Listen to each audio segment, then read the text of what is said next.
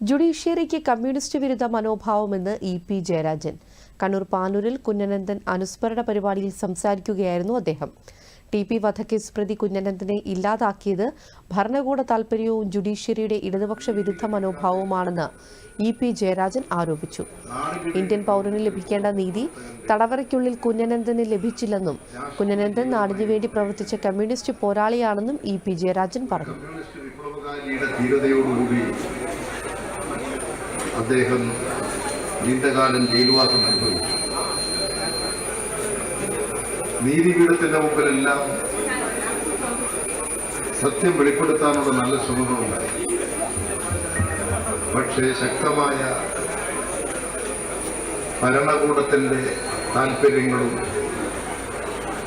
അതുപോലെ തന്നെ ഇവിടുത്തെ നീതിന്യായ പീഠത്തിന്റെ ജുഡീഷ്യറിയുടെ